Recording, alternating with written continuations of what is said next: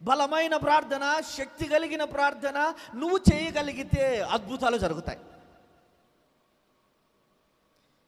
అలా కాకుండా బలహీనమైన ప్రార్థన చేస్తే ఏమీ జరగదు. వారు ఎన్నిసార్లు అడిగిన దయ్యము పోలేదు. యేసుక్రీస్తు వాళ్ళని గద్దించి ఆ దెయ్యం పట్టిన చిన్నోడిని బాగు చేశాడు. యేసు ప్రభు గద్దించగల దెయ్యం వెళ్ళిపోయింది.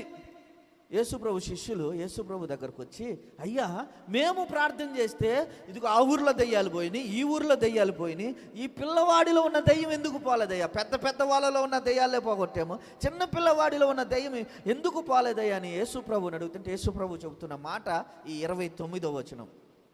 ఇలాంటిది ప్రార్థన వలననే కానీ మరి దేని వలన పోవటము అసాధ్యము. అక్కడ ఫుట్ నోట్స్లో మనం చూసుకుంటే 2వ ఫుట్ నోట్స్ అక్కడ ఏమని రాయబడిందంటే అనేక